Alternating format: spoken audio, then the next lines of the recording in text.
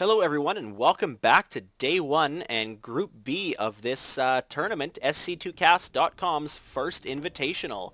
I'm your host, Shiki SC. Check out my YouTube channel and SC2Cast.com's website as well, so SC2CASTS.com. It's actually a great site that lists all of the games that are casted by the most popular casters, and it puts them all on an interface that you can see and utilize. It's updated daily. It's just phenomenal. Check it out, guys. Anyways, welcome once again back to Group B, Day 1. And this is Game 2 between ClouD, the blue Terran, spawning at the 12 o'clock position, and Lalush, the red Zerg, spawning at the 3 o'clock position here on Lost Temple. This was loser pick maps, and Lalush did take the first game. And I don't know what that means. But anyways, you guys can read it and interpret chat all you want. I will not commentate on it much.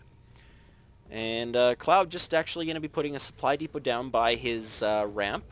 And some Terrans will actually wall off this area and grab a quick expansion. But it looks like ClouD is going to be just walling off his main ramp, as it is necessary to do that against Zerg to prevent a run-by with speedlings, as that is very devastating if those speedlings can get in your base. Probably the most popular harassment that Zergs can do is the speedling pushes, run-bys, and just general harassment. So spawning pool going down first. Once again, I said going down. That's going to be a tough hurdle to get over, guys. All casters say it. I've criticized so many before, and now I'm criticizing myself for it. But anyways, no natural expansion being morphed in at this point. Lush is just getting his gas a little bit late, if you want to consider that he does not have his expansion coming up yet. He probably will be forced to put that down, as he's going to have a lot of excess minerals fairly quickly. He'll have enough minerals to produce this Overlord here, a Queen, and then a few more Zerglings with whatever larvae he has left. Now, is he going to put Zerglings, or is he going to do... No, he's just going to do drones. So very, very interesting, and he is going to get gas right away, puts 3 drones on the gas, and the Queen is instantaneously coming out once that spawning pool finished. And then we'll have to see what he does with his first 100 gas. And he is doing the gas steal here in ClouD's base. But now that there's 2 Marines, I think 2 Marines are enough to kill it. No, it actually still looks to be climbing. So yeah, does need a 3rd Marine to take that out. So if he cancels it and builds it right away again, no, he just lets it finish. So that is going to die fairly quickly, losing that 75 minerals. And just a little bit of info here. If you cancel an extractor, you only lose 25% of the minerals. And extractors only cost 25 minerals because your drone is 50% of the cost as well. Or sorry, 50 minerals of the cost. Quick interruption. Metabolic boost is coming down. Sorry. Being morphed in, being researched with that first 100 gas. And the command center is coming in here from ClouD now as well. But anyways, yeah, you only lose like 6 minerals from canceling a extractor. So you can virtually do that for forever and not really lose much minerals at all. Hatchery is about 33% of the way done here for Lalush, so we'll have to see what he's going to be doing. No second gas yet at this point, and we'll have to see what he spends his next 100 gas on. If it's going to be Banelings or if it's going to be a Lair, I can almost bet it's going to be on Lair Tech. And go Lair, go. Anyways, I'm bored with that. So at this time, it looks like ClouD is producing a siege tank, not producing siege tech quite yet, and building another barracks all the way over here. Maybe he's going to float it here and produce a couple Marines. I don't know. And the hatchery is almost finished, and ooh, he is going to be getting a Baneling nest. So I'm not sure if he scouted these Marines or not, but it looks like he doesn't know there's a siege tank coming, and Banelings don't do that great against siege tanks. Siege tech is finished. When in siege mode, they do 50 damage, so I believe they are able to one-shot the Banelings, and of course one-shot Zerglings and anything around them. So he's got 14 Zerglings here, and we'll have to see what he's going to do with those. A few more. The speed upgrade metabolic boost is done, and Lair is now underway as well. And no upgrades at the moment yet because obviously he's not lair tech, so he can't research anything. And Orbital Command is coming in for his command center that he just finished. The SCV does die that was building that or constructing that bunker, so he's going to be forced to bring another one down for that or to cancel it.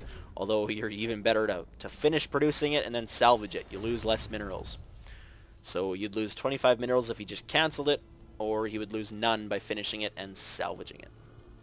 Anyways, it looks like he is going to finish it and then probably populate that with a few Marines. But these Banelings, if he does produce any, will be able to take them out quite easily. He's got now 22 Zerglings, so he can afford to use some of those on Banelings.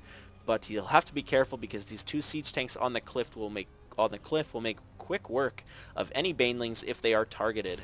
And it looks like this barracks is still flying around in Lalush's base. And just getting some info. He is going to see that Baneling's nest, so he's probably going to want to switch over to more Marauders or maybe even Thors. I don't really know, but if you use too many Marines against the Banelings, that is complete death. Researching Overlord speed and Ventral Sacks, so he's going to be able to move his Overlords around very fast and transport units, so making good use of that lair tech now. And he's not got centrifugal hooks for his Banelings, so he's not really too worried about speed on that right now.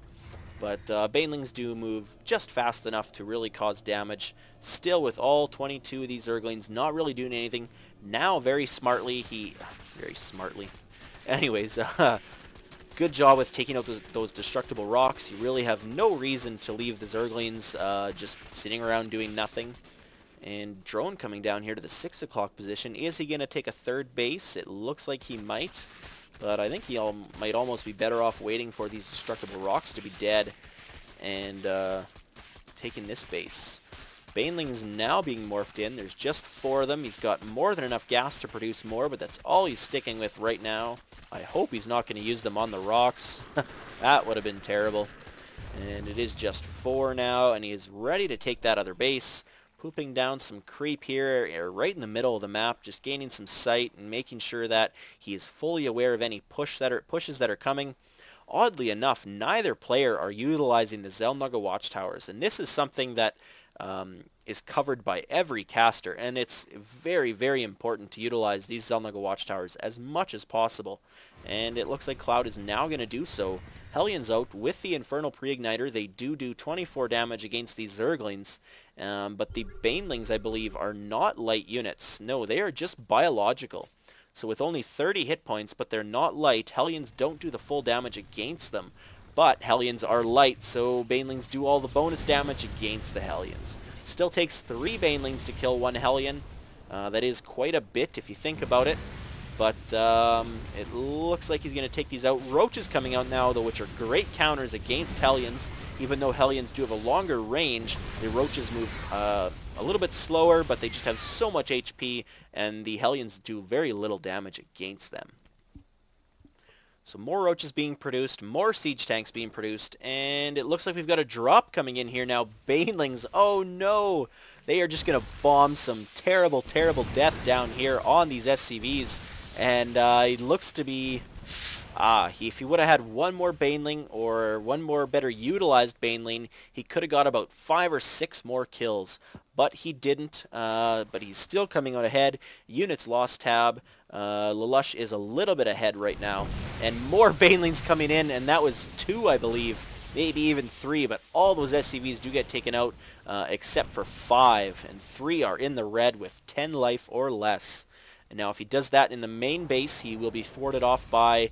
wow. Nope, looks like he did as all these... Wow, I don't know how I missed that, guys. Sorry about that. But, yeah, took out more and more SCVs. So if we look at the income tab, we are at 45 harvesters to 22. That is going to be sheer trouble here for Cloud. He's going to be forced to produce a lot of SCVs now. And minerals lost were close to even, but Lalush is still ahead. But with these Thors and tanks and Hellions and Marines, oh my. Terrible. That was bad. Anyways, he is going to be in here and trying to do as much damage as he can. And it looks like we've got more, no, just Zerglings, although he might convert them to Banelings. We'll have to wait and see.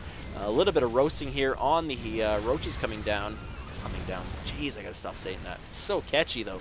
Anyways, bunker here with nothing in it. Roaches getting right in on the siege tanks, forcing the close siege tanks to do no damage, and the far siege tanks to do splash damage to friendly units. Very nice job there by Lalush, utilizing all of his forces to take out as much of ClouD's push as he can. And now with these overlords, nothing in them right now, so there's no more drops coming. But these two Zerglings are still sitting here doing nothing. Morph them to Banelings, take out all of those, and we'll be in more and more trouble here. ClouD does succeed in taking out the gold mineral patch here of Lalush, but I don't know if that's going to really phase him too much as he is fully saturated on his other two bases. Looking at the income tab, still 44 harvesters to 27, and